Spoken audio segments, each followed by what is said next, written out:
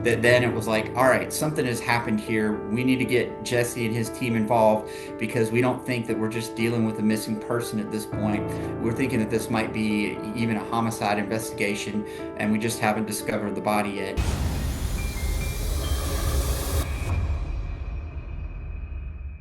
Hi, everybody, and welcome back to True Crime Unsolved. This is the place where we tackle the stories that the TV networks won't touch: unsolved homicides, missing persons cases, stories without an ending. Sean, what do we got going on today? Hey, Myles. So today we are continuing our coverage of the Tiffany Whitton disappearance case, which, if you haven't seen our case breakdown for that yet, it's in the playlist. Maybe go watch that and then come back here because we're going to be talking to somebody from the Cobb County DA's office, a prosecutor named Jesse Evans, who has been working on this case for quite a while. And this is the one that, basically is going to give you the behind the scenes of the investigation because this is a very strange case where this young woman disappeared, but it's believed to be foul play. We also interviewed Tiffany's mom, Lisa. We don't know if that's going to go up before this video or not. If it is up, you should go check that out. If not, stay tuned for it. She also has a lot to say about this case, but today is really going to focus more on the investigation part of this and what law enforcement has sort of turned up as they try to find out what happened to this young woman who disappeared from the parking lot of a Walmart, basically. It was the last time she was seen. There was a little shoplifting incident she was involved in. She was with her boyfriend, a man named Ashley at the time. They left that Walmart. This was kind of in the middle of the night, right, Myles? Maybe around like 1:30 a.m. It was a late night shopping trip. Things went south. And once they walked out the door into the parking lot, she was never seen again. You're going to see in this interview a lot of questions have been raised about her boyfriend, Ashley. He's somebody who's got a little bit of a checkered history with law enforcement. He's, been convicted of other crimes, done time in prison, but no one's ever been able to conclusively prove whether or not he knows anything about Tiffany's disappearance. So it is an interesting case in the sense that some people really believe that he does know something, and there's been a lot of investigating in that department, but nothing's been discovered, and it's been quite a number of years at this point. So if you want to know more about just like what that means and all the things that have been looked into and where we are with it today, this is the interview for you. Yeah, and I just like to say Jesse's an interesting guy because he's a trial DA. He's the guy that actually takes these cases to trial and argues them, but he's also been a cop. He's been a chief of police, and he's kind of gone back and forth between these roles. So he's got experience on the ground actually doing investigations and breaking cases, and he's also got experience actually trying them. So he brings a lot to the table, and he's very passionate about this case. He's very dedicated to getting justice for this young woman. And I think you'll see that he seems to have a pretty good idea of what he actually believes happened, and it's just a matter of getting the right pieces in order to make something stick. And we do, there's various cases that we were covering, as you guys know, who are following along with everything that we're doing on the channel, where sometimes law enforcement's not that involved. Sometimes law enforcement's like, hey, that's what happened, and we're done with looking into this. And with this case, that's not what's happening at all. I mean, Jesse is on this, and he's dedicated to it, and he's passionate about it, and he's been very, very in touch with the family. And I think you guys will really enjoy seeing what he has to say. Yeah, you guys are going to enjoy this. Jesse is a really articulate guy, clearly very smart and very passionate about his job. It would be easy to see somebody like him who's been in law enforcement as a cop and a prosecutor for a really long time, sort of just treat it as a job and be very clinical about their cases and not necessarily feel like they're that emotionally invested. But we got the impression from him that he is, and it's really remarkable. And I think as a family of someone looking for answers, that's the kind of person you want on your team. So Myles, anything Absolutely. else before we get in there? Well, yeah, just going off of what you just said, I mean, look, it's not easy to get DAs and prosecutors to talk to you about a case that hasn't been prosecuted yet. Like Sean and I have both interviewed lots of prosecutors over the years in our day jobs, but those are on cases that are already solved. And in this project, I think this is the first one that we've gotten because it's an unsolved case. Usually they don't want to talk about it. They don't want to put anything in jeopardy. So I'm really thankful that Jesse was willing to talk. And I think it shows that his broad understanding of how law enforcement works has taught him that bringing attention to something and give platforming it very well may shake the trees and get some information to fall out of them, right? So I'm grateful to him for talking to us, and I think it shows that like he understands that you know putting things in the light, talking about it can actually help. And maybe this is seen by the right person. Maybe it shakes someone's conscience and they come forward. That's the best case scenario. As always, guys, the opinions and any theories that our guests are putting forward are theirs and theirs alone. Sean and I are offering them a platform. We are not making an endorsement. Yeah, right on. And with that said, guys, we'd love to hear what you think in the comments. We'll remind you again at the end of the video, but hey, if you're watching and you're thinking of something or you have a question, jot it down almost like you're taking notes because we do read those and we do make our reaction videos. So I'm really excited to see what all of our viewers think about Jesse and about this case. Yeah, I look forward to hearing your thoughts, guys. So without further ado, let's go meet Jesse and we'll talk through the whole thing. So Jesse Evans, thank you so much for joining us here. Let's just start out with the simplest stuff. Why don't you tell us who you are and how you're connected to the case? Sure. My name is Jesse Evans, and I'm Chief Assistant District Attorney with the Cobb County DA's office here in the Metro Atlanta area in Georgia. I've been in law enforcement since 2001. Started off as a prosecutor and have had a bit of a career. Spent most of my time in Cobb. I went to a neighboring county. I was chief there, and then became chief of police before returning as prosecutor to the Cobb DA's office. So my most of my career was spent running the major crimes, which is the homicide unit and the cold case unit for our office. And as the major crimes designated prosecutor, I was sort of on call 24/7 and available to our law enforcement partners for complex investigations. That's a very interesting career path because I've met a lot of DAs and I've met a lot of cops, and I noticed that when I looked into your background a little bit that you've actually gone back and forth between the two. Sure, I've always been in the law enforcement profession, which is sort of the larger umbrella that covers both prosecutors and law enforcement partners in terms of police officers and things like that. So I have the unique advantage of having both prosecuted many homicide cases, but also worked as a police officer, serving as police chief in my hometown as well, which certainly gives me a different kind of perspective on things than some of my peers have. I was going to say that's got to give you an advantage too in some ways because you can get down there and it not down there as if they're lower than you, but you can get down into the street and actually relate to the guys who are doing the investigations, right? Absolutely. It's been a lot of fun in my career to be a part of the actual investigative side of things. And I think that's why my hometown approached me and said, hey, listen, you're a prosecutor, but you've also been sort of in the trenches as well. So we'd like to approach you about this novel idea of becoming a police chief. It was one of the most rewarding experiences of my career, but it did give me an added benefit of being able to see things from a different perspective than a lot of my prosecution centered peers have seen. So that was my next question. So you were a lawyer first, and Correct. then you became a police officer.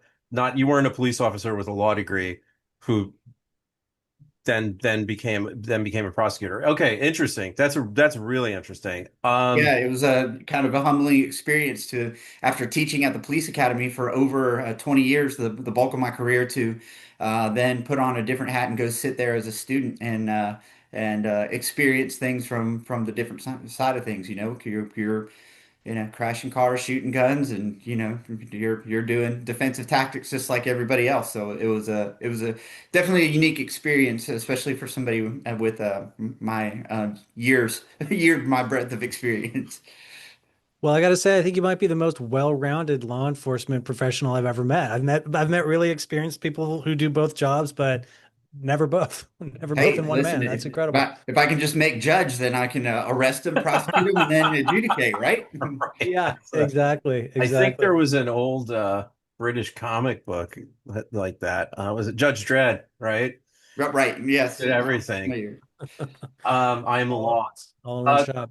so where should we start with, and thank you for that background information, but where should we start with Tiffany's case?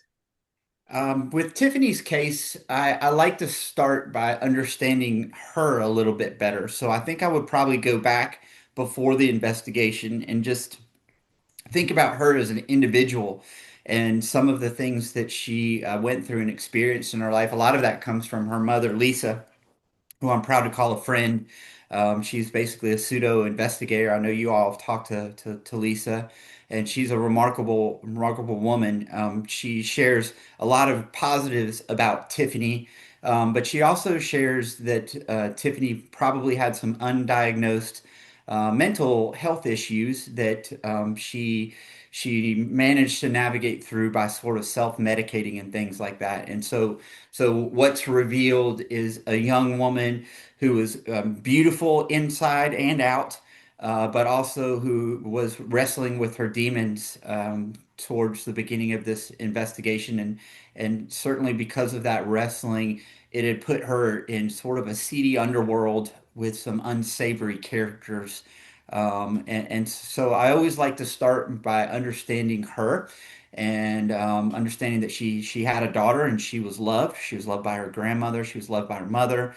And it's a lot of times we make the mistake in the prosecution and law enforcement community of seeing a name and just thinking of it as a name on paper and not really understanding the victimology of who this person was and why they may have been exposed to a higher risk lifestyle.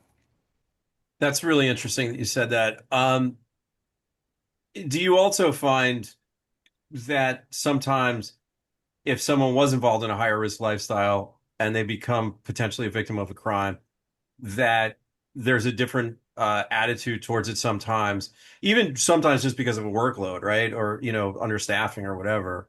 Sure. Unfortunately, I have seen examples of that being the case, and this is certainly one of those where when the alarms were being sounded that something may have happened, that sometimes we in law enforcement we tend to grow up as a little bit cynical sometimes, a little bit skeptical, and this case really required some attention. It's gotten a lot of attention over the years.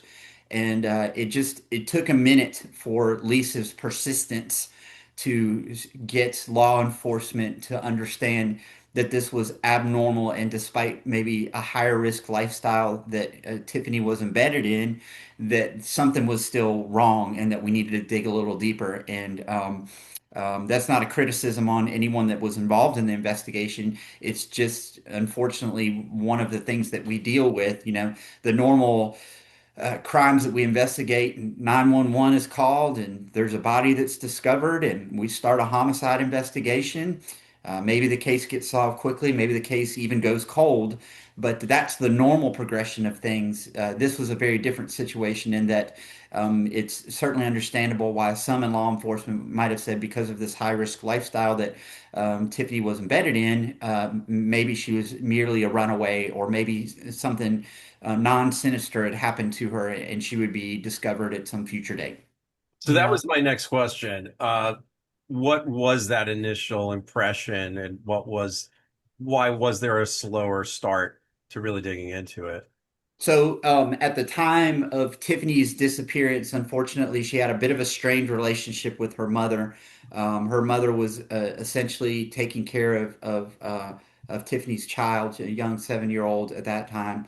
And Tiffany, her address, as you would think of it, was great, basically her grandmother's address. And some time had passed through the holidays. In particular, we know that she disappeared around September of 2013, but it wasn't until really the beginning of 2014 that people started to say, people closest to her, including her mother and grandmother, say, "Hey, we think something's wrong here. It's abnormal for her to have not at least reached out to us, through the Thanksgiving break and through Christmas and those types of things." And then that was sort of augmented by an out of the blue letter that was mailed to Tiffany's grandmother as her last known address. And as I recall, that letter was a complaint about a shoplifting incident that had occurred in September of 2013. And all of those things coupled together led Lisa to be a little more persistent about saying, "Hey, this even for Tiffany's sometimes erratic behavior, this didn't even make sense for her." Right. I was going to say maybe we should be a little bit more specific too, and I'm happy to do it, just about some of the struggles that she was having at the time, because Sure. I know that, we had talked about some of the people she was spending time around were in sort of a seedy underworld, but I think there was, there was drug use going on, and some of these people had criminal records, and I think Tiffany had a couple brushes with the law herself during her struggles with substance abuse and kind of living this lifestyle. So I guess there would have been probably a certain amount of time where her family wouldn't hear from her, and it would kind of be normal because a lot of times that is what happens in those situations, right? People drop off the radar for a little while. But you said it was December, right? That they started to really get concerned around Christmas. It was beginning of 2014, but certainly around that time. I don't know the exact date of when the letter was received by Grandma, but you are correct about the specifics. Part of the thing that we do in these types of investigations, and I would consider this a cold case, is we try to do a deep dive into the victimology to figure out what do we know and what is abnormal. So yes, Tiffany did have a history of theft offenses. She also did have a history of drug use as well, and some arrests that were associated with that.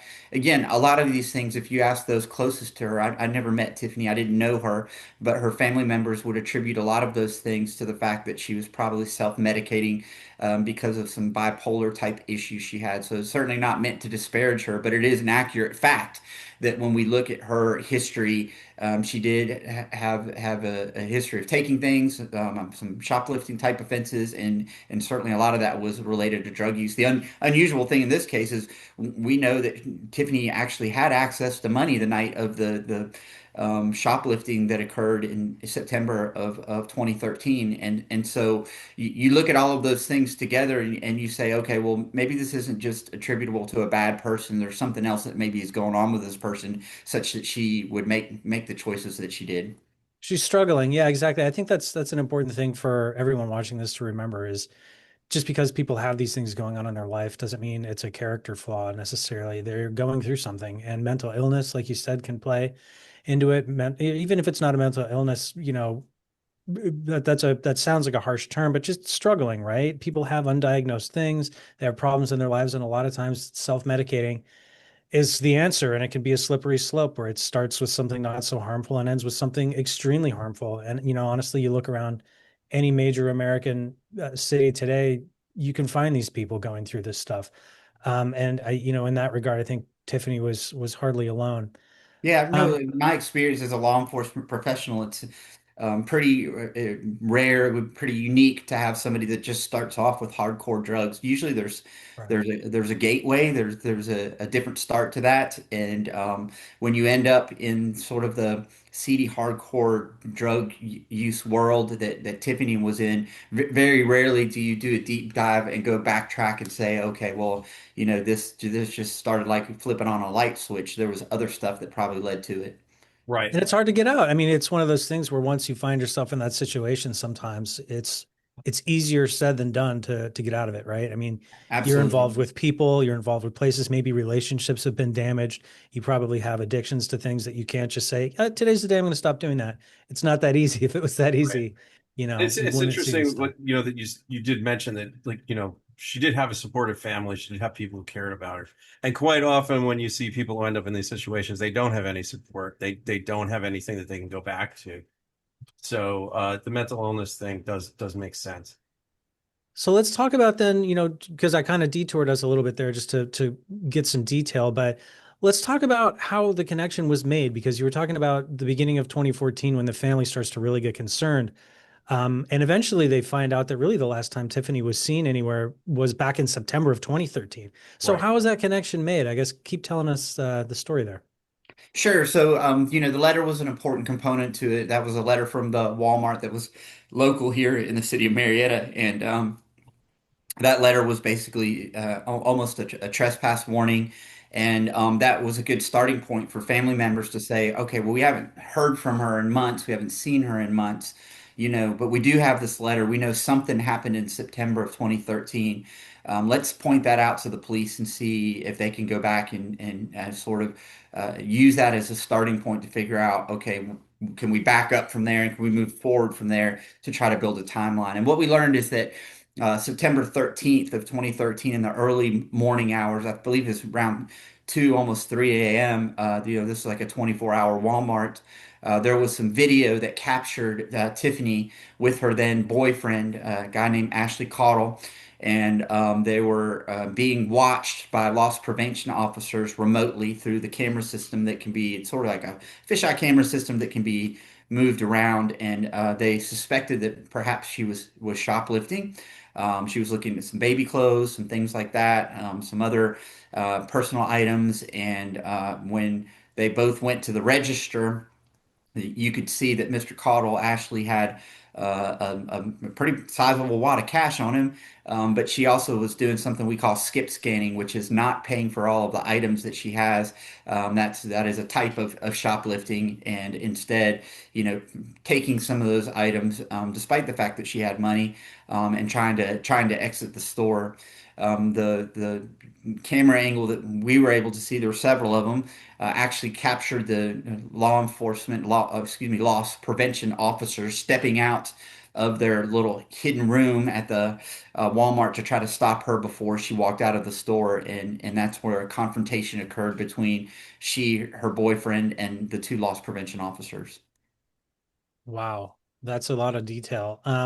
Was And there were there interviews done with the loss prevention officers? But Yes, they actually were the initial 911 callers to report the shoplifting. We do know that this was in the city of Marietta, Georgia, and Marietta police officers did respond to the area. They did a cursory search. Of course, as I mentioned, this is very early morning hours. I mean, we're talking 2, 3 in the morning, so there wasn't much they could do. They could review the video and see that. Tiffany, essentially ran out of the store. She ran out of a flip-flop, in fact, and left her bag and a lot of her personal possessions as she tried to flee from these loss prevention officers. So that was sort of the beginning of us being able to try to formulate some sort of timetable about what could have happened to her in the time that elapsed since that shoplifting. can I can I ask? oh, Oh, go sorry, ahead. Myles. Go ahead. I was just going to ask, could we back up for a second? Because if there's two pieces to this, right? There's the event that happens in the morning in September, Yeah. and the reaction to that by the guys working at Walmart and the video evidence and all that. And then there's the family in late December, early January of the next year, sort of saying, "Hey, we're worried about our daughter who's gone missing." So, how far did it go with the investigation into the shoplifting, and when did that connect to Tiffany? So one of the benefits that, from a law enforcement perspective, we had in this case is that we were able to identify Tiffany because she left her purse and she left some identifiers at the Walmart as she tried to flee from these loss prevention officers. We know that Ashley Caudle at the time was on parole. And so, the implications potentially for him being charged as what we call party to the crime in Georgia, that's like a conspirator, somebody that's working with her because he was right there during the shoplifting event. It could have had implications on him, which obviously is a stressor and a potential trigger for his anger. He did react very angrily to the loss prevention officers as Tiffany fled. He basically almost blocked the doorway, the sliding doors for the Walmart, and you could not hear what he said, but you could see that he was having words with the loss prevention officers before he too turned and walked out of the store. That was going to be my question: is what she left behind? Just because obviously that would be important, right? So you said it was her purse. It was her purse. Some of this is somewhat in dispute, though. It depends on who you ask what she left behind. I know we'll get there, but Ashley Caudle eventually in 2014 was interviewed about this, and different people have said different things about what items she may have left behind. There are some witnesses that believe that Caudle had her cell phone. Caudle, Ashley had claimed that she left her cell phone in her purse.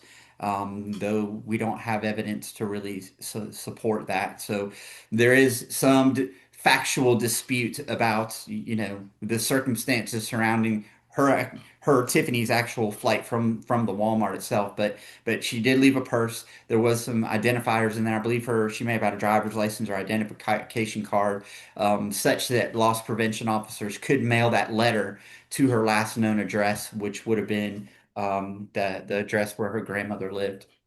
And was that the only action taken after the shoplifting incident, that the letter was sent?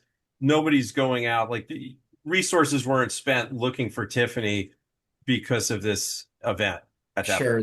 This, I think we did cursory accounting of the value of the items that were taken, and it was something like $14. It was not like she wasn't stealing electronics or anything like that. And so loss prevention, they've got sort of their protocol for what they do from a corporate standpoint for a corporate Walmart about telling somebody you're not welcome back and you owe restitution or things like that.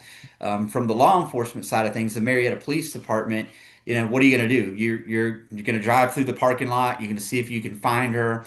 Maybe cruise down the closest interstate. I will tell you that this is a very, very congested, crowded area. Marietta is our county's like city seat. It's the biggest city that we have in the county essentially.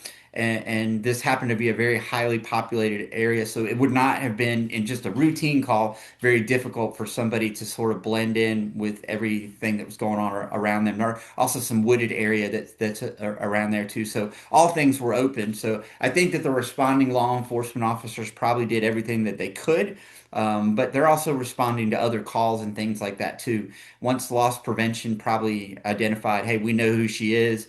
It's not like she's going to be running or, a risk to harming anyone at that point. Sure, law enforcement were sort of saying, hey, we'll leave this to you, loss prevention. If you get to a point where you need our assistance to help with transport or finding her or anything like that, then we're a phone call away. Let's kind of just triaging the situation, right? I mean, like these Correct. guys are out there all day. There's a lot of things they need to deal with. And like you said, they know who she is. There's no reason to be doing like a car chase or an armed hunt or calling a helicopter for somebody who was shoplifting at a Walmart and left their Sure. purse behind. So it Just makes as sense. a just as an anecdote, when I was police chief, we happened to have two Walmarts within the city that I was police chiefing in, and just on a daily basis, listening to the radio calls, it's a lot of shoplifting calls to those locations. Probably one of the highest volume from a call rate standpoint, from a victim standpoint, is some of these retail establishments. Well, and Right. it's the reason they even have a position like loss prevention at those Right. stores. It happens Yeah. so frequently that Yeah. they have a It's full-time kind staff. of it's kind of built into their business model, right? They know that there's going to be a certain amount of theft, and Sadly, yes. So what's interesting here is even though police were called on that day, and even though people saw her, no one realized for a long time, at least nobody, I'm sure there may be people who knew that she wouldn't be seen again, and I think we'll probably get to that at some point. But law enforcement didn't realize that they were going to be dealing with a missing person that day. That came much later, right? When the family started sort of advocating for that. So I guess let's talk about it now that the investigators have gone sort of back in time and figured out can I what just ask happened. one thing about that Go night? ahead. Yeah. What happened with Ashley? That is a great question. And again, this is one of those things, not to get too into the weeds, but it kind of depends on who you ask. Ashley Caudle has got his own baggage. He's a convicted felon, convicted drug dealer, has served time in prison. In fact, after this crime, went back to prison for a whole decade. So he already comes with an asterisk by his name, and that, And sorry, Jesse, you're yeah. saying at the time of this event in 2013, he already was a felon. He already had all this baggage. That's correct. Yeah, he was already a convicted felon. He was on parole at the time, so he brought this baggage with him. We also have some evidence that he may have been involved with a white prison gang known as the Ghostface Gangsters, and so there's a lot of really negative things that are associated with him, far more with him than with Tiffany. Tiffany was kind of involved in some small time petty stuff and some drug use. He was more involved in being a drug dealer. and more involved in some serious crimes as well. So that definitely was a component of it. Right after she ran out of one of her sandals and disappeared from the Walmart, it was important for us to try to find corroboration for what we were seeing. As it happens, Tiffany used to work at a restaurant across the street, an IHOP, an International House of Pancakes, and Cottle was observed over there by a former coworker and made some statements, the night of the disappearance, that sort of were a good bookend for the start of the investigation. We also do have some independent evidence that Ashley may have called some people to help look for Tiffany, and that was ultimately maybe how he was able to help to start his timeline of his narrative of things. Copy that. But just as far as like that night, the loss prevention guys, the officer that came in response to the shoplifting call, had he just gotten out of there by the time they showed up, and he made tracks, and obviously the security guards aren't trying to restrain him at the Walmart, right? Correct. In fact, the loss prevention guys, they were interviewed as part of this investigation. I know you'd asked that earlier. And if you speak to anyone in loss prevention, they've actually got some pretty strict rules that they follow. They're not, full-fledged law enforcement officers. Usually what they'll do is exactly what these guys did is let's get a hold of something that's important to the person, such as a purse, in the hopes that that's going to keep the person from fleeing from us. But they try not to use any physical restraints on individuals for fear that they might be sued for, false imprisonment or wrongfully detaining somebody. So instead, their model typically, as I've found it to be, is we'll do something to try to identify the person within a reasonable means, help to detain them by detaining something of value to them, and then hope that law enforcement is able to respond in a timely fashion to take the person into custody and help to facilitate the criminal investigation of the case. Right. And there was no like, oh, we should go find the guy that was with her at that point, because again, it was $14 worth of stuff. They already had their corporate procedure. This guy Right. wasn't the shoplifter anyway. It is what it They gave the loss prevention officers to give some statements about what can be seen on the video. It was perfectly consistent with that. It's great to have the video, but you're correct. That their assessment of whether legally you have a party to the crime, was there a conspiracy to commit the shoplifting? Those types of questions are usually sorted out by the actual law enforcement professionals. And I think based on what they saw and relayed to the police were very focused on Tiffany's behavior and Tiffany's actions and less focused on whether there was any proof that maybe Ashley Caudle had been complicit in what she was doing at the Walmart. So just to be clear, even though they left within moments of each other, no one saw them like get in the same car, right, and drive off together. She left, he left, and we're never really sure for certain if they linked up again or where she went. We know it sounds like that Ashley was looking for her that night or was calling people to say that. I think you said that. Um, so presumably he was establishing that he didn't know where she was, right? By doing that. I think that that's a fair assessment, and even the descriptions of what Ashley did afterwards in terms of looking for Tiffany, it was pretty cursory. It was not. I don't think that the witnesses that we spoke to that talked about those moments after the confrontation in Walmart, that it was a very involved search for her at all. It seemed, in hindsight, like he was almost creating a situation where he wanted it to look like he was looking for her, but whether or not he really had the intention of finding her, I'll leave that to others to decide. I might be getting ahead of things right now, but since we're on it, so there are these little moments that witnesses tell you guys about later when you're really investigating, where Ashley's going around and talking to people and saying, "Hey, have you seen Tiffany?" What's the timeline on that from when she runs off and leaves one sandal at Walmart to him going in the IHOP and doing the other stuff that he did? Sure, that's all we're talking, within the hour. This is stuff that's happening, real time. It's not there's not significant delay here. It's not like he went home and then came back or anything like that. The timeline we were able to piece together is that all of these things were happening basically in conjunction with each other. Okay, that's interesting. Yeah. Well, where does it Wasn't a go from whole here? Because these facts, yeah, these whole facts are huge getting gap. interesting. Sorry, go ahead, Jesse. There wasn't a whole huge gap of time between the interactions between Ashley and people that knew him and Tiffany, and the caught on video attempts to evade the loss prevention officers. Right. I guess what I'm wondering is, well, and I know we have to be really careful, but you said that it did seem like it was almost like he was creating a narrative by making these visits. So I was Sure. wondering if there was a large gap wherein something could have happened, and then he came back and was like, "Hey, is anyone seeing Tiffany?" And like making sure that, he was seen perhaps So after something had happened. this is where things get really tricky from an investigative standpoint. Time is not our ally in these types of cases. So if there was something sinister that happened to Tiffany, that night, that morning, I should say, to be more accurate, it would have been great for us to have discovered it then and be able to investigate it then. It could very well be that Tiffany took off and that he caught up to her later. That's certainly possible.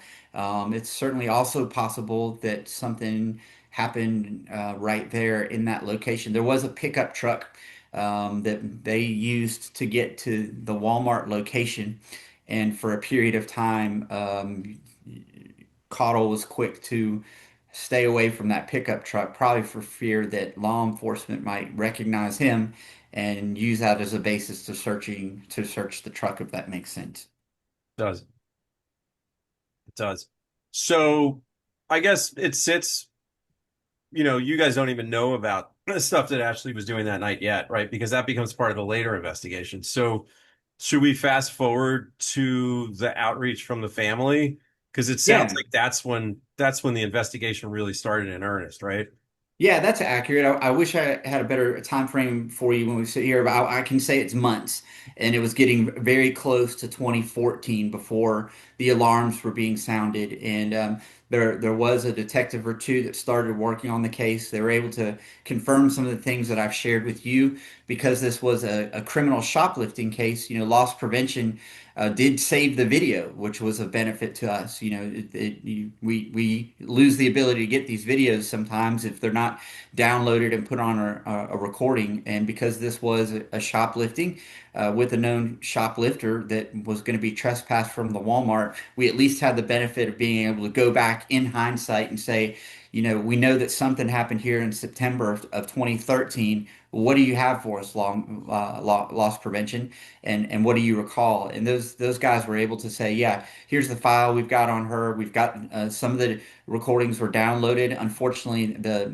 recordings from outside the Walmart, they were not saved, so we don't have all of the recordings from the Walmart, but we do at least have a couple of angles. I think there were two or three vantage points I recall seeing of Tiffany and Ashley Cottle within the Walmart. One was in like a clothing area. One was at the point of sale where you could self-pay for things, and the other one was near the exit. Got it. I had a question, sort of just about Ashley and the family. Did the family know Ashley very well? And if so, did he ever reach out to them in the time period, between this incident at Walmart and them contacting police to say, hey, I haven't seen my girlfriend, right? Well, you would imagine that would happen if they had a relationship, but I don't know that they did. Sure. They at least knew who he was. They'd been introduced to him, and he did not reach out to any of the family members. He did not call 911. He did not report her missing.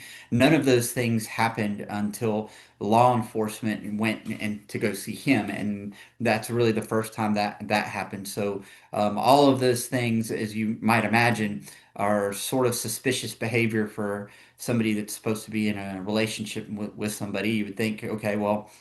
you know, I haven't seen Tiffany in months. Maybe I should report this to law enforcement professionals, or at least have the common courtesy to reach out to family members to say, "Hey, did she come home?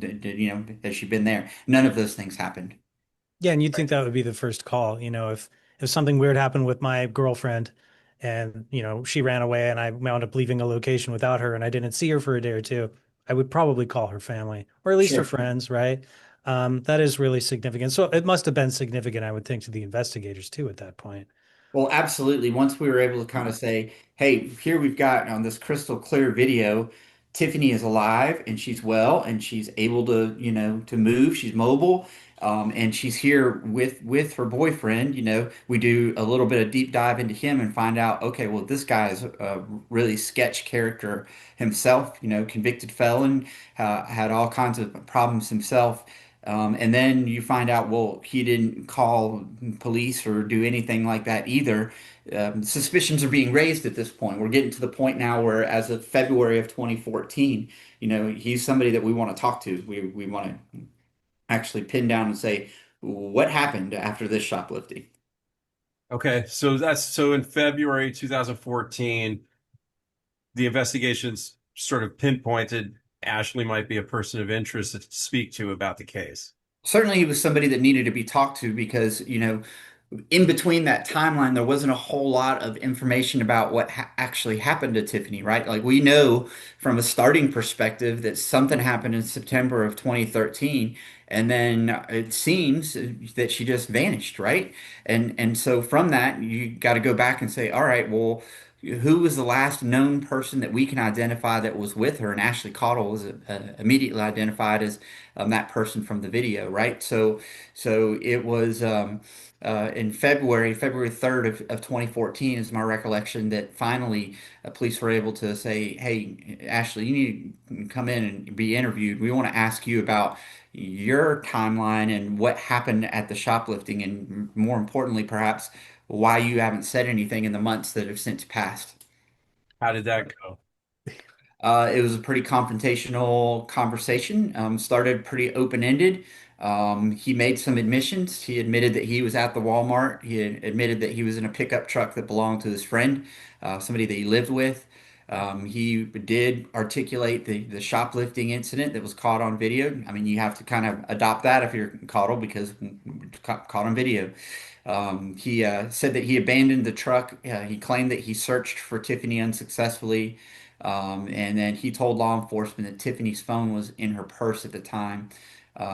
Interestingly, it wasn't very long after this shoplifting incident that he also began seeing another woman who was also interviewed as part of in part of this investigation as well. But he throughout the course of this investigation has denied any involvement to law enforcement with the disappearance of Tiffany, even despite some of these very suspicious circumstances that surround the months following the shoplifting incident.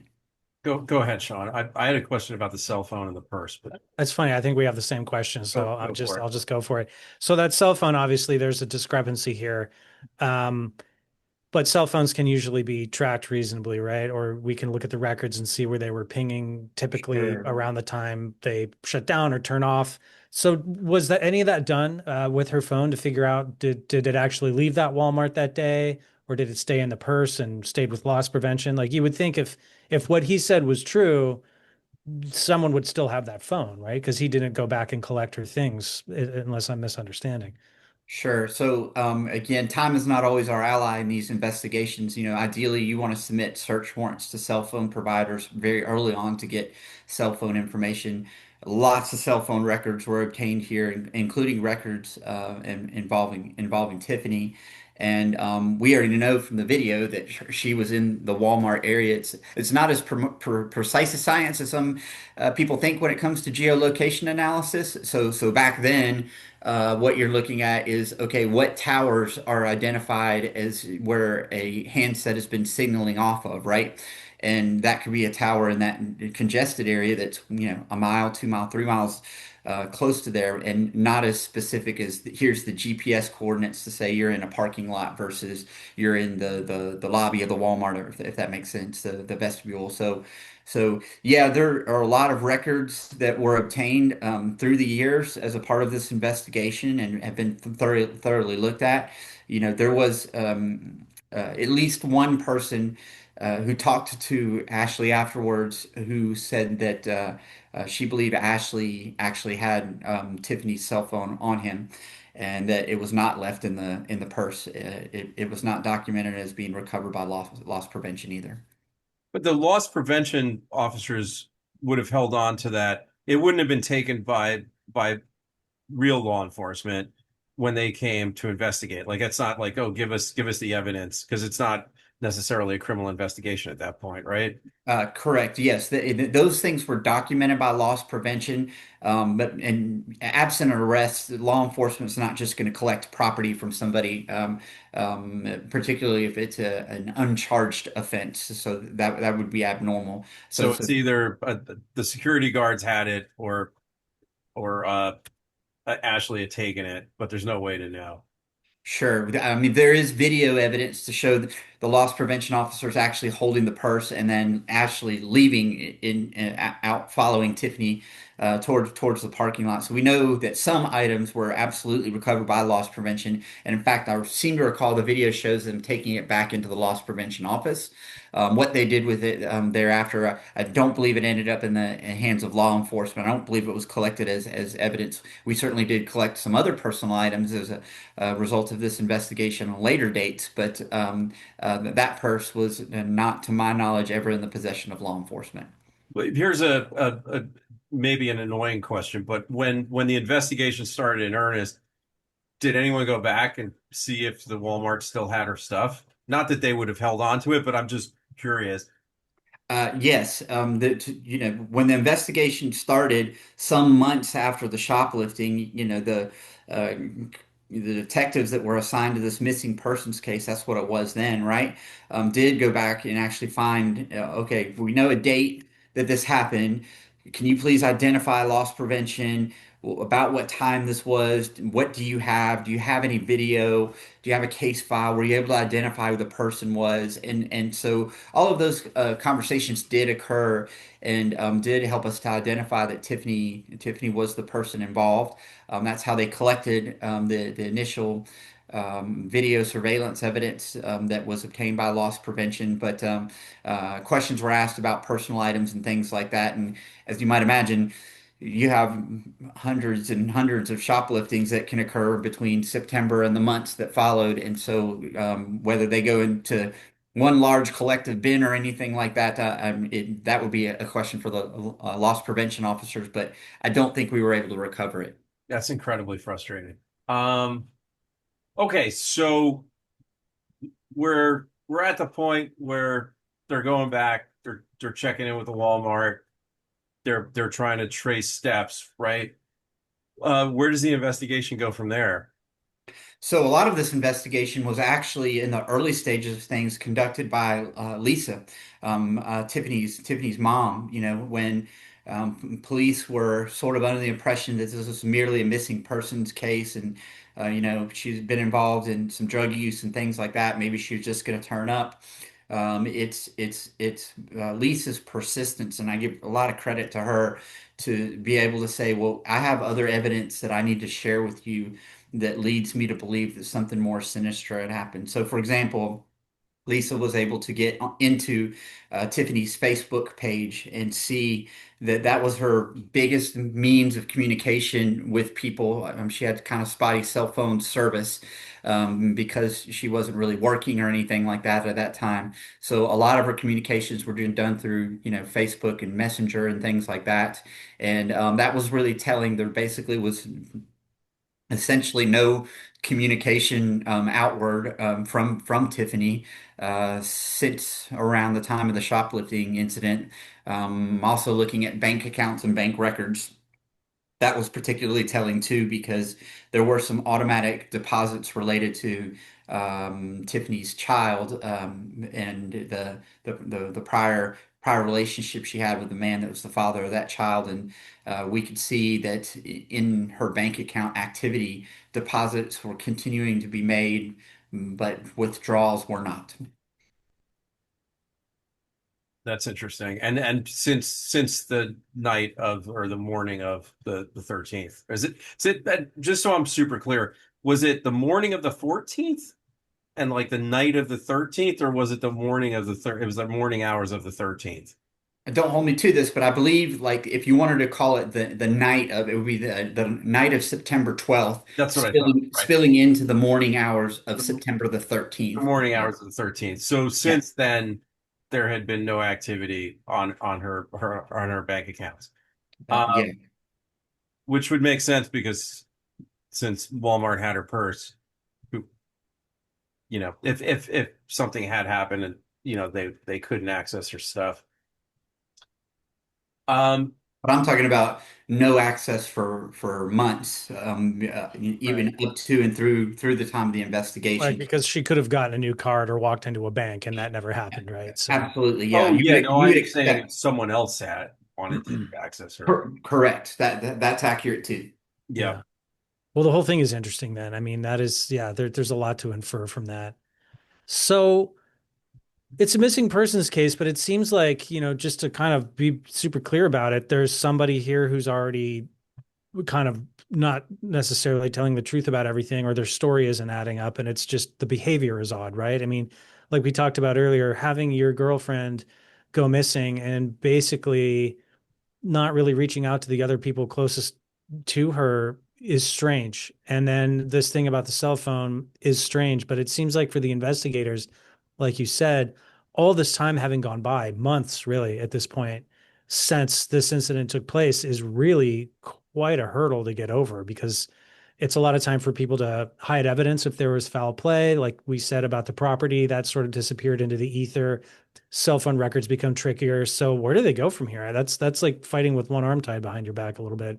Sure, sure. As I previously stated, t time is not our ally. Cold case investigations are particularly tricky, and when we're not talking about days passing here, not talking about weeks, we're talking about months passing right now with no contact with Tiffany. The the the number of possibilities of what could have happened to her if there was foul play are exponential at that point, right? And it's very, very challenging from an investigative standpoint to say, how do we generate leads here? Like, how do we figure out what happened? We get it. We're looking at the totality of the circumstances at this point, the Facebook, the direct deposits, we're looking at, lack of communications with the outside world, all of those things put together. And I get that red flags galore that something bad has happened to Tiffany at this point, right? But then the hard part is, okay, where do we go from here? Like, what is the next step to try to generate any sort of leads, to move this investigation forward? And that's where things got particularly tricky. The obvious low-hanging fruit is we need to talk to Ashley Cottle and at least get a base timeline from him of what he says happened. Of course, everything that he says, we've got to take with a grain of salt too, because he is a convicted felon with his own baggage that he's got with him, and perhaps even a motive to lie, right?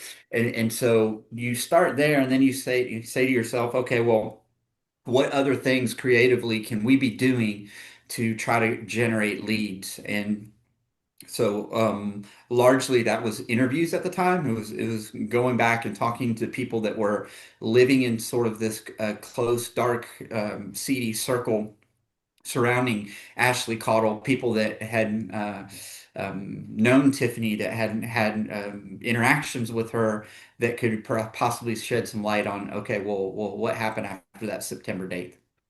That's really, really fascinating because I would imagine that that's not the easiest world to penetrate when you're law enforcement and to get honest answers on anything when you're going into that. It's exceedingly challenging, and especially when you're dealing with the type of characters that we are in this case, and they really are characters to a large degree, right? I mean, these are all people that have drug problems. Their recollections could be a little bit different, depending on their unique vantage point of things. Of course, their motives are always something you got to consider as well. We did at least get to a point where we were able to obtain and execute some search warrants on some houses that Tiffany had been associated with through Ashley. And we were able to find some evidence that showed a sort of a trail of her existence over there. We found a birth certificate. We found some other personal items and things like that that you wouldn't expect a normal person to just leave behind if you were a runaway or something like that. You'd expect that you would want to take those things with you. And so those were unusual things too that we were able to capitalize on by continuing our investigation and then kind of shifting to, okay, well, I wonder what would happen if we turned this into maybe a drug investigation and said, okay, well, maybe we can put some pressure on some people and see if they are eager with that pressure to be able to say, this is what I know about the disappearance of Tiffany Whitton. So let's back up just a little bit because I want to be super clear. So her personal items, identification, birth certificate, stuff like that, that was found somewhere where Ashley was associated with, or somewhere else that was hit during the investigation. No, so it was found at a place that Ashley was associated with. There are a couple of houses in Powder Springs, which is a city that's just south of south and west of Marietta, and we had links to Ashley in those houses and some of his family members as well. He had a brother. He had some other people that he was some roommates that he was living with. There Mhm. were some kids involved too. And basically, what we were able to do is collectively on the law enforcement and prosecution side of things say, all right, well, we're not getting anywhere right now with the disappearance of Tiffany, but I wonder if there's not some drug evidence that maybe we could capitalize on and say, can we at least get search warrants for these houses to see if perhaps there are any remnants or any clues as to the disappearance of Tiffany Whitten? The strategy is let's turn this into a drug investigation and see if we can get access.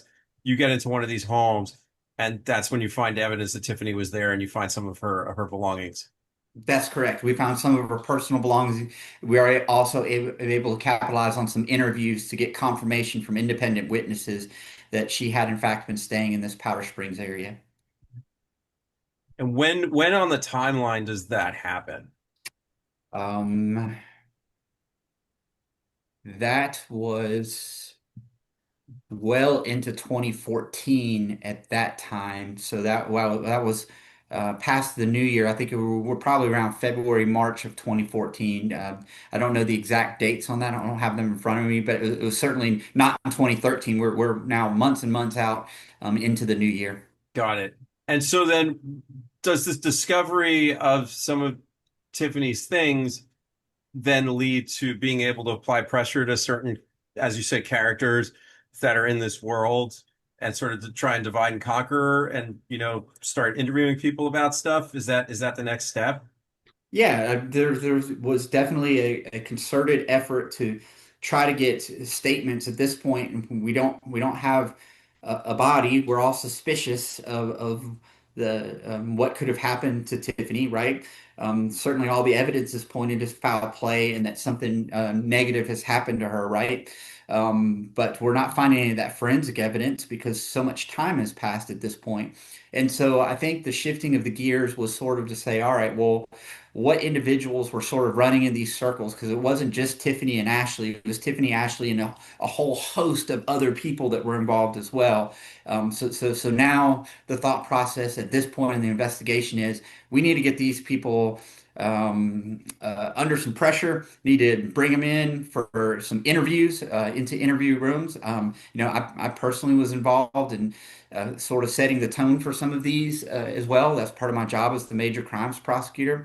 It was at least one instance where a particular witness was apparently ready to give some cooperation, but he needed to see that the district attorney's office was involved as well. So, it's not a secret from the investigative standpoint that I was involved personally and professionally in having conversations with people to say, hey, it's important that you tell the truth at this point. Make sure that you're talking to these detectives. They have questions for you, and we're just trying to get to some answers. So it was a very involved investigation, but it wasn't just law enforcement. It was law enforcement and the major crimes unit of the DA's office as well moving forward.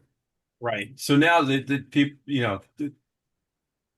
there's a lot of it sounds like the investigation is like really serious at this point, and you guys are like very, very involved and trying to find answers. Like, this, and there's no, I'm not disparaging. Like that lull is obvious. We've gone over why nothing had happened up to that point, but now it's like, yeah, we're gonna figure it out. We're gonna try to find what happened to this girl, right? So Sure. so what is that strategy? Can you talk a little about that? And can you tell us a little bit about who some of these people were? I don't know if you can name them, but like who were these folks that were being looked at and what came out of that? Well, let me say this first of all. A lot of the evidence that I first came to know about that were the definite red flags for me, that it was evidence that was being collected by Tiffany's mom. So it was stuff that really law enforcement wouldn't have any direct access to, such as bank accounts and personal social media accounts and things like that. And so I do want to make clear that law enforcement was sort of hampered on their own end of things because they weren't having the unimpeded access that Lisa was getting. And it's only when those two things kind of connected with each other that then it was like, all right, something has happened here. We need to get Jesse and his team involved because we don't think that we're just dealing with a missing person at this point. We're thinking that this might be even a homicide investigation, and we just haven't discovered the body yet. And so that's kind of where we were at the beginning of 2014 is to collectively get together and say, what pieces of the puzzle does each of these entities have? What does that show us in terms of our best guess about what had happened to Tiffany? And then from there, how do we try to leverage the relationships that we know that Tiffany had with other people to try to get some answers. And so, the thought process was we knew that Cottle had great evidence that he was involved in drug dealing and things like that. By focusing on drug sales, drug deals, those types of things, and the people that he was surrounded himself with that were known drug users as well, perhaps we could generate the pressure that we needed for people to start talking a little bit more about what they knew or had heard about Tiffany's disappearance. Well, it begs the question, with all these different interviews with these people, did anything come up of interest, whether it was shining a light on sort of the background of that relationship between Ashley and Tiffany or other things maybe that people had seen or heard? What did you guys learn? As part of this investigation, as pressure was mounting on the inner circle of Ashley Cottle, certainly interviews were conducted, and we did obtain some statements that perhaps could advance this investigation forward. And so that was promising that we were hearing that people may know more than had initially been shared, and certainly had not been proactive about reaching out to law enforcement about what they knew. And so it was fruitful for us to sort of focus on the drug investigation, at least to identify names of individuals and what people might know something, at least from a timeline perspective of what happened to Tiffany. Can we talk a little bit about what came out of it? Not necessarily, individuals that were, interviewed, but just the general, did it help push things into a certain direction or Through the years, there's been a lot of rumors, innuendo that's been out there, a lot of people that have come forward with what they heard, sort of the word on the street and things like that. Nothing came out that was inconsistent with the timeline that I've shared with you, which is borne out by the corroborated evidence of Tiffany last being seen independently on video on September the 13th. So there was nothing that was really at odds with that information. And there were a number of people that were talked to, a lot of people that were actually living in the same house where Tiffany often stayed because of Ashley Cottle. right? I mean,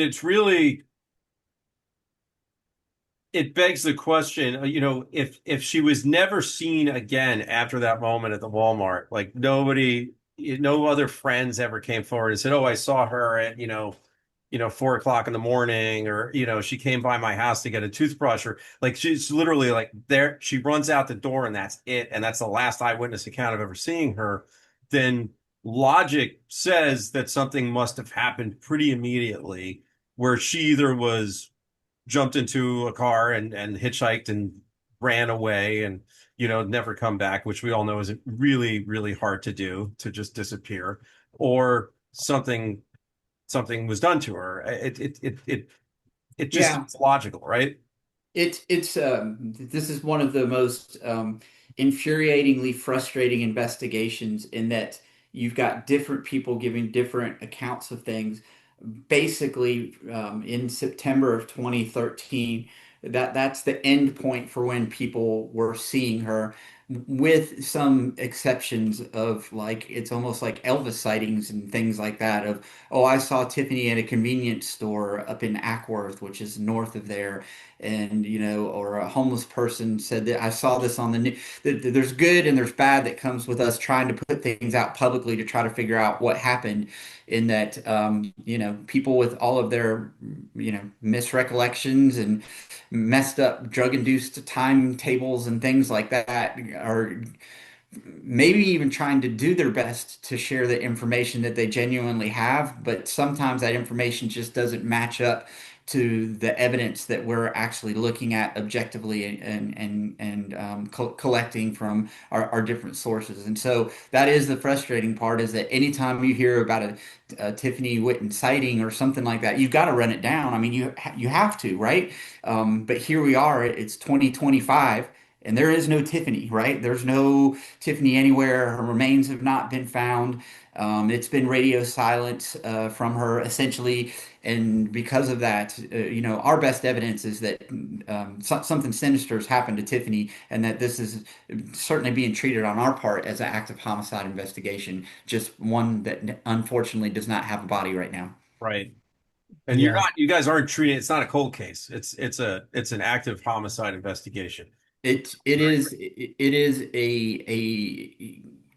a cold case, but it's a cold homicide case, if that makes sense. And they're Yes. not mutually exclusive of each other. And without getting into the details, as recently as the months since I came back to the Cobb DA's office, I've been working with investigators on information that is still coming forward to date, because it seems like everybody knows everything about what happened to Tiffany and nobody does. And that's the frustrating part, is like you got to chase down those leads. And sometimes they bear fruit and a lot of times they don't. Right. And we've found that with a lot of these unsolved cases that become higher profile, people kind of like, there's a word for it, Sean. There's like a psychological thing where they connect with it, and Like a then they parasocial thank relationship you, with the Paris. They victim. create a Yeah. parasocial relationship with it, where and then all these sightings pop up, and it's almost like Bigfoot, right? I have a specific question though. You said that there were things that you guys had to follow up on. Were any of those fruit that were born from the investigation into this dark world that Ashley was a part of? And did any of those seem to be a continuation? And I'm not trying to put words in your mouth, but almost Mr. X, or like trying, oh yeah, she packed up a bag and said she was going to Seattle, or something like that. Sure. So if you listened to Ashley Caudle's recitation of things, you would think that she's merely a runaway, and he doesn't know what happened to her. And of course, we've talked about the baggage that his statements come with, due to his checkered past. But Can the we, evidence. sorry, Jesse, let's reset that. Can we get Sure. more specific? So when you guys do catch up with Ashley, and you said he let's have a conversation, and you said it was a bit combative. What is his story? What does he say? Ashley doesn't have a very good explanation for what happened to Tiffany. It's basically, his timeline is ends at what we can see objectively, which is, there was a shoplifting. She ran out of the store, and I haven't seen her since. Which candidly doesn't make a whole lot of sense, considering that they were in this relationship with each other, right? If you were to believe his statements that he's given, and they have shifted a little bit over the years, while he was in prison, he was actually interviewed by Esquire magazine of all things, and Esquire, got some statements from him that were a little bit different than even what the police were able to obtain from him at the time of the investigation. And so his statements in total are very suspicious and suspect, and certainly haven't done a whole lot to eliminate the red flags that surround him and surround the night of Tiffany's disappearance. Um, but I can't say that there haven't been people that have said, "Oh, well, I think I've spotted Tiffany." There just haven't been any credible, supported, objectively reasonable, corroborated stories such as that. Right. Yeah. You mentioned that Ashley Cottle was interviewed in prison. I guess we should mention that he is currently in prison, right, on unrelated charges. That's where he's been for a while. He's now out, unless he was picked up Oh, recently. is So he? Okay.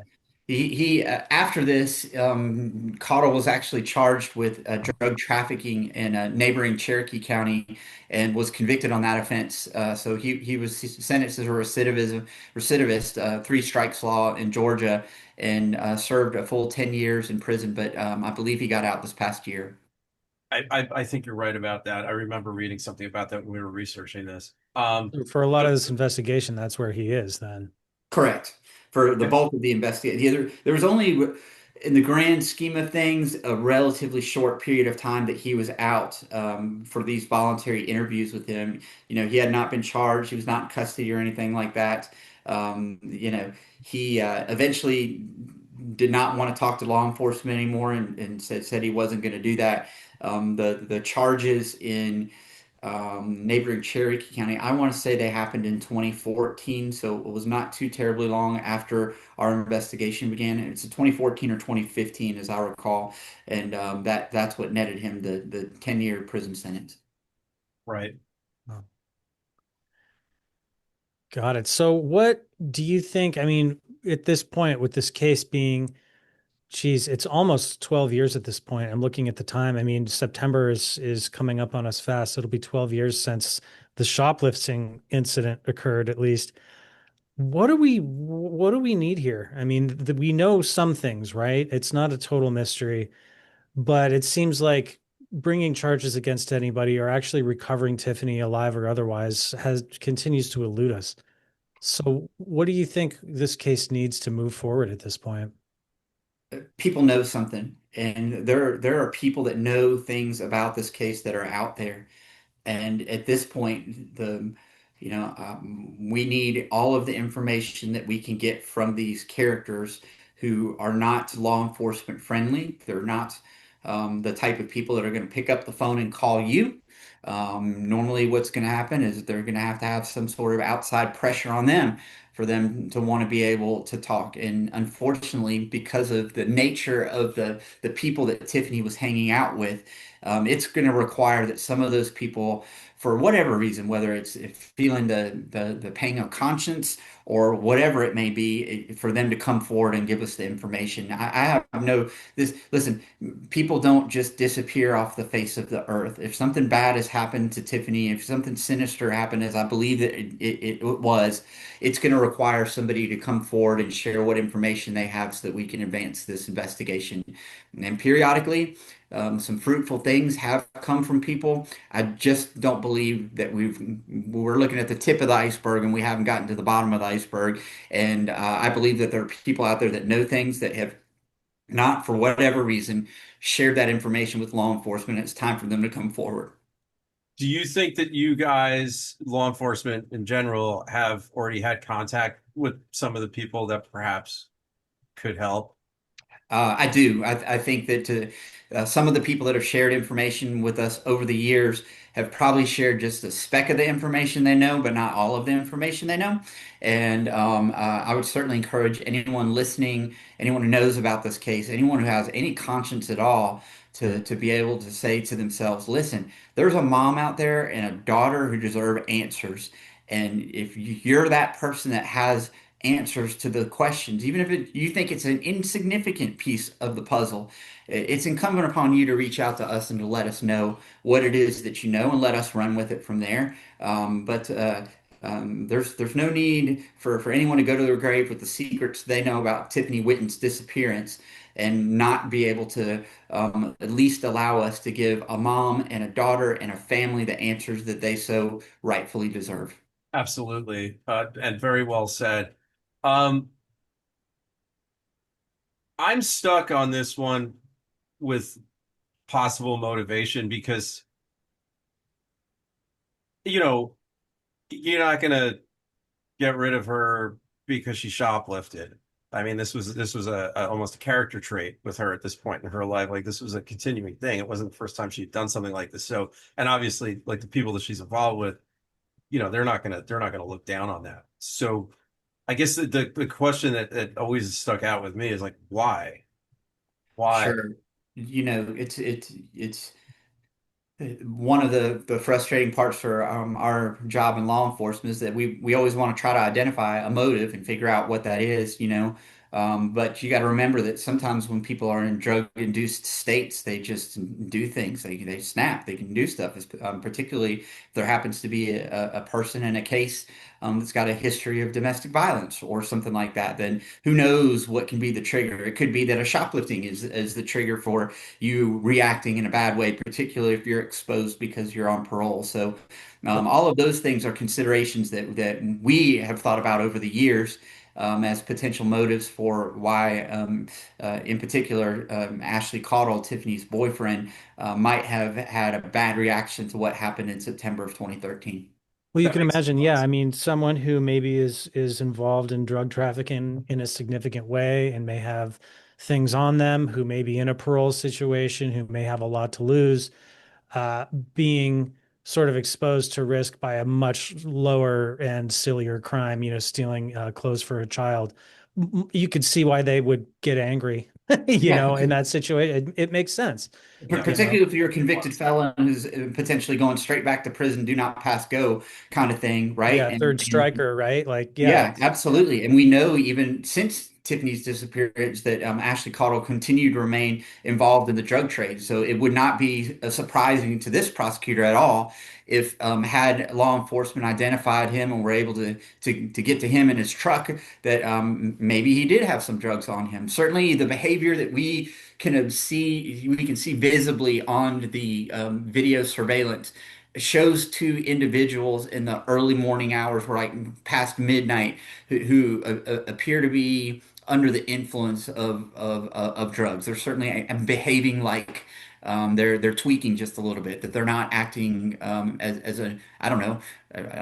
Not even sure you can say a normal person at 2 o'clock in the morning in Walmart, but certainly somebody Right. that's not on drugs at 2 o'clock in the morning in Walmart. Right. And we're not when I not do my talking, clothing just shopping. sorry, but just to be clear, we're not talking about someone stumbling a little bit because they've had a little too much to drink. We're talking about we're talking about crystal meth and possibly heroin and like pretty severe stuff. Sure. Listen, I've seen plenty of video in my law enforcement career of people that are intoxicated and they stumble and fall down drunk and things like that. I've also seen the videos of people that are on harder drugs such as methamphetamine and heroin, and this appears to be the latter and not the former. Anyone that knows Tiffany, I think they would watch this video and say, okay, well, this is not her usual behavior. She looks like she's on something. Right. Right. And there was a history there that's no one's arguing that. And obviously her mom's Correct. been very honest about that. Yeah.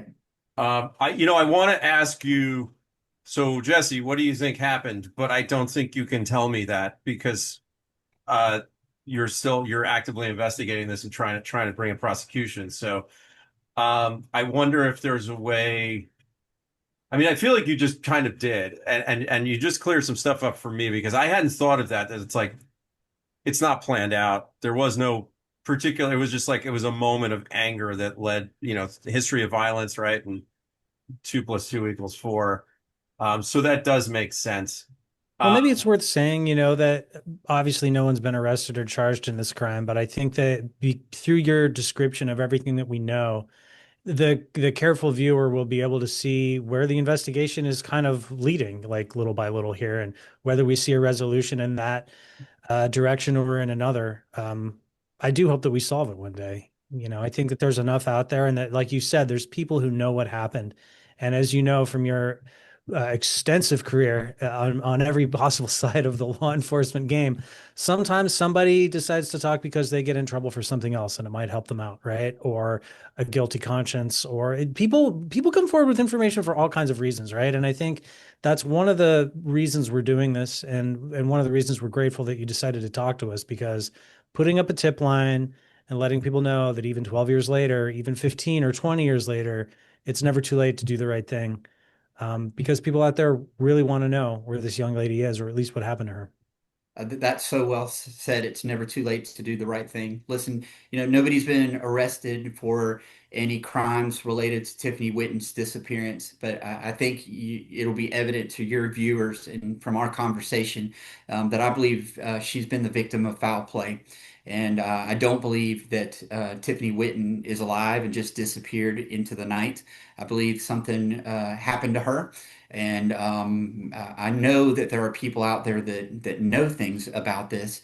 I feel confident of it. It's just they need to do the right thing and come forward, whatever those motivations may look like. And I'm hopeful that in coming days, hopefully not months and years, that those people will be motivated to do just that, to realize that it's never a bad time to do the right thing and to try to give us the answers that we need so that we can provide them to Tiffany's family. Very Super well well said. said. Yeah.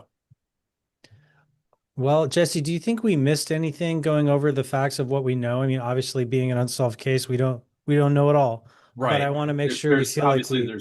there's stuff that that we can't talk about, but is there anything, yeah, like Sean said, is there anything we sort of left on the table? Nothing that I could share with you that would would not stretch my comfort zone. Obviously, Right. specific names and things like that. There's a lot more to it, just us talking from an editorial standpoint. But I think I've probably given you the broad strokes gist of our sort of best case. And then there are absolutely some details in there that I hope will reveal themselves in a court of law at some future date. Yeah, me too. Me too. And like I said, I mean, I think you did a really great job of helping us understand where this whole thing is sort of like pointing or leading without actually crossing the line that we all know we can't cross, right? Yeah, yeah, I appreciate it. So thanks for giving the opportunity to shed some light on this case. I think it's good. What will normally happen in situations like this is we will get several calls, and it'll be an opportunity for us to look back on the case and look back at some of these names and say, is there an opportunity for us to go out and speak to them now that circumstances have changed in the time that has passed since we first spoke with them? Yeah, I hope so. I really do. Well, Jesse, thank you so much for joining us. Thank you Of for course. being so open about everything and willing to talk. And the best thing that can come out of this is that someone actually hears what you're saying and has that change of heart and picks up the phone and calls you guys. That's my hope and prayer. All right. Well, thank you so much for your time. I hope we get some resolutions on this, and then maybe we can have another conversation down the line after that to celebrate. Thank you, gentlemen. And if you need anything more from me as you continue your process of editing and doing all that, you've got my cell phone and my email. You just reach out. I'm happy to talk to you further if need be. Thank you. Fantastic. You're a Thank you, gentleman and a All Jesse. right. scholar. Goodbye. Thank you. Take care. Great guy. Yeah. What an interesting person. I know like I'm kind of bookending what we talked about at the beginning, but to have worked on so many different sides of the law enforcement spectrum and bring all that to bear, really interesting guy to talk to about a case like this because he Yeah. kind of he kind of sees it from every level, you know. Yeah. Yeah. Yeah. And no one's getting away with anything with that guy because he, like you said, he could see every side of it. Oh yeah. Yeah, yeah. So it's interesting. Well, During this the is one of walk, those. Go no, go ahead. ahead. Go ahead. Go ahead. I was just going to say, just first impressions, I felt this way after talking to Tiffany's mom too. I mean, what a case of just like feels so close and yet so far, it feels within our grasp and yet it goes unsolved. But sometimes those are the ones that wind up getting a solve, a surprise solve after all these years. And I hope that's what happens here. Definitely. Definitely. Yeah. I mean, I didn't say this while we were still on with Jesse, but the community, if you can call it a community, the world that they're having to navigate to try and get answers on this thing. At one side, there's the fact that like these people are very suspicious of law enforcement and they're untrustworthy and stuff. And on the other side, there's a good chance that someone's going to end up in a position where they're going to want to sell information for an easier deal, right? That's what I kept thinking about. Like Yeah. if everybody involved in this it has is living on sort of the other side of the law, sooner or later one of them is going to end up in a situation where, giving information may help them, right? Yeah, it's all I could think about as well. I'm surprised it hasn't happened yet, to be honest with you, because, we just know from covering this kind of thing that when you're dealing with the sort of criminal element and the people who are traveling in those circles together, all of them have potential benefits from actually talking to law enforcement. Yeah, most of them usually don't want to because a lot of them have crimes going on that they don't want to expose. But if they get caught for something or they need something from law enforcement, there's a very transactional quid pro quo situation that often arises. And there's no more valuable chip to throw down on the table than I know where a missing or murdered person is and who did it. That is the blue chip, in the poker game. I don't know what color the big chip is. I'm going to call it blue. That you would throw down, right? That's your get out of jail free card, quite literally. So I'm surprised it hasn't happened yet. But the fact that it sounds like at least Jesse thinks a lot of people in that world may have information about this kind of makes me think it's only a matter of time. People who are living that lifestyle, drugs, drug trafficking, burglaries, whatever it is, it's only a matter of time usually before they get caught. Very few people go through 50 years of a career doing that with no trouble. I mean, I'm sure there's some, but it just kind of feels like it's a matter of numbers at this point. Don't you get that feeling? Someone's going to get caught at some point, and then it's about whether or not they think it's worth it to them to trade that information to the police. Yes, I agree with what you're saying. I also think that there's sort of like two possibilities, right? Very few people were involved, perhaps only one. And so that as long as that one person keeps it quiet, nothing can happen. But if there's more than one, then, you know, yeah, it's wild that it has stayed quiet because especially people who are using and are involved in the underworld, they're going to end up talking, right? And so I'm surprised that the telephone game hasn't spread far enough on this yet where something's come up. It's very interesting because I had read this before we got on with Jesse that I do believe Ashley's on the street now. And if he is in fact involved and there were people that helped him either after the fact or whatever, it could be really significant that he's a free man right now, and it has the first time he's really been free.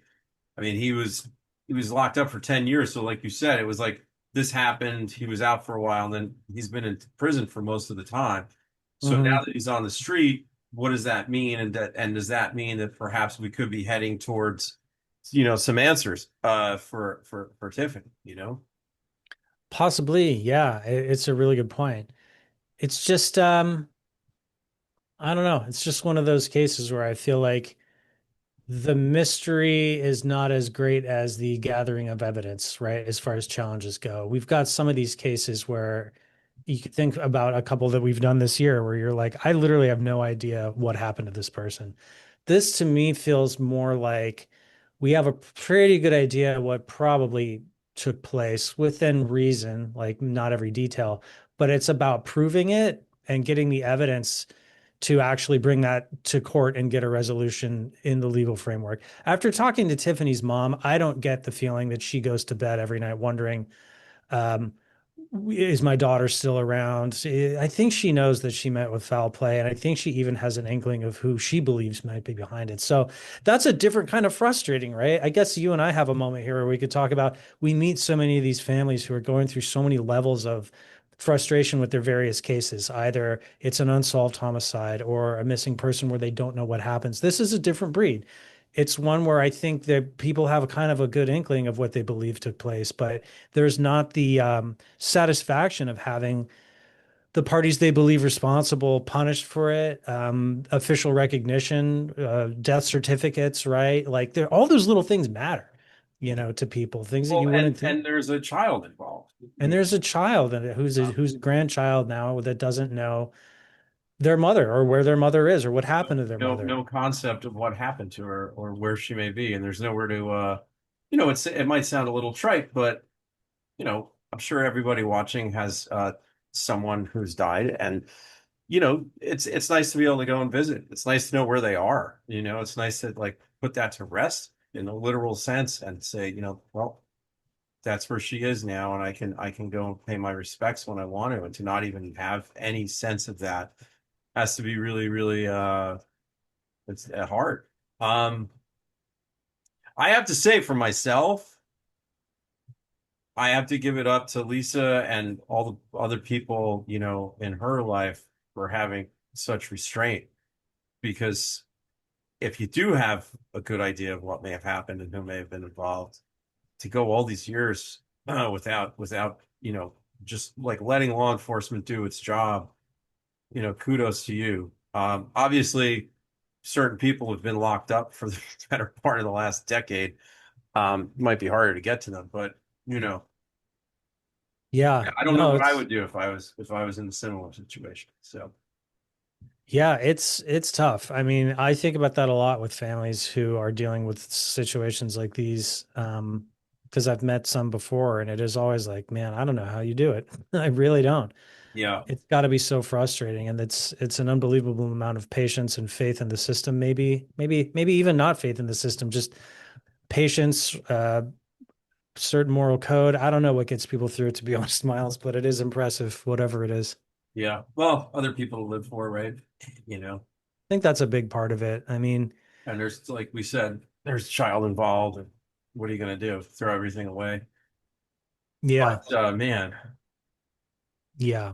I really hope this one that something happens. And I love Jesse's optimism. I mean, how he said, not months, not weeks, but days. I mean, I don't know if that means that he's actually got something up his sleeve right now, but I would imagine if that was the case, then by the time we put this up, it'll be figured out. I can't be that optimistic about it, but Yeah. He did say something interesting there that we didn't zero in on in the moment because there was more important stuff going on. But he said, you asked him if it was a cold case, and he kind of had to think about it for a minute. And then he said, it's a cold homicide case, but it's not a cold case, right? Which tells me that I think they do know a lot that's not necessarily public information. It's like we're talking about. We figured out enough to figure out that we believe this is probably a murder. It's a matter of getting the evidence to put the person in court and have a jury say, we also agree that it was a murder and that person did it. That's sometimes the disconnect in these cases that go on for years. It's not always, well, we have no idea. It's sometimes it is like, we've got a good idea, but bringing that stuff to court, getting a conviction, you only get one shot at it. People don't think about that a lot, but you can't try somebody twice for the same crime. You get one chance for justice. right, And that's how sure you have to be in these situations. So for a guy like Jesse, who knows very well how it works in court, you know, it's tough. You got to really make sure what is that you come at the king. You better not miss with every case that these guys prosecute. You can't miss. right. So So he that might being be looking for that one more piece, that exactly, one little sliver that he can put on those scales of justice. And he knows, okay, I put this in front of a jury. We're good to go. that's it. Let's go bust this guy, bring him in, and let's get going. And yeah, I do feel like that's the case in a lot of these cases where, and we have some of these coming up. I don't think we've covered anything like this yet on this new channel, but where it's everyone seems to know who did it, and and I'm not talking about inclinations and it's got to be this person because we can't see anyone else. I'm talking about like it's all pointing towards this person, but we just aren't sure that a jury is going to convict on the evidence that we have, and you're waiting for that one thing that's going to put it over, whether that's eyewitness testimony, piece of forensic evidence, whatever that could be. And maybe that's where Jesse is, where he's waiting for that one little thing that he can put, and it's gonna boom, the scale's gonna go down, and then it's go time. And that happens. I mean, I think it happens a lot. People, you see these cases a lot in the media where there's kind of like speculation about this person had to have done it, right? And everybody in town knows or thinks that they know, and you're wondering why haven't they arrested them? It's because of that. It's because these guys are professionals and they know the difference between I'm sure in my gut that this person's responsible and can I convince 12 total strangers who had nothing that could get them out of jury service going on in their lives that this is the guy who did it or the Right, woman who did it. You right. know, I it's do get the feeling that this isn't a case of reasonable doubt. I where yeah, it looks this way, but it could also be X, Y, and Z, which is the case with, look, Chance Engelbert, his disappearance, yeah. Liz Barraz's murder. You look at those and you're like, that's a good theory and it's quite possible, and a lot of strange things are around that. But there's so much reasonable doubt, and it's just circumstantial. And I get the feeling with this that it's a little stronger than that, Mhm. in one direction. Absolutely. And we're also dealing with a group of investigators who are actively working informants, and a lot of them are in and out of the prison system or have substance abuse issues or charges of their own. And so there might be something to biding your time until you can get the perfect verified story. Um, that's going to hold up in court, or getting the witness that you think you can actually put on the stand, because that's another thing. They could have people who are giving them good information, but having a jury believe people with multiple convictions who heard something in a jailhouse is famously troublesome and it backfires a lot. So it's like, I think these guys are working with a pretty sophisticated game of chess on this case.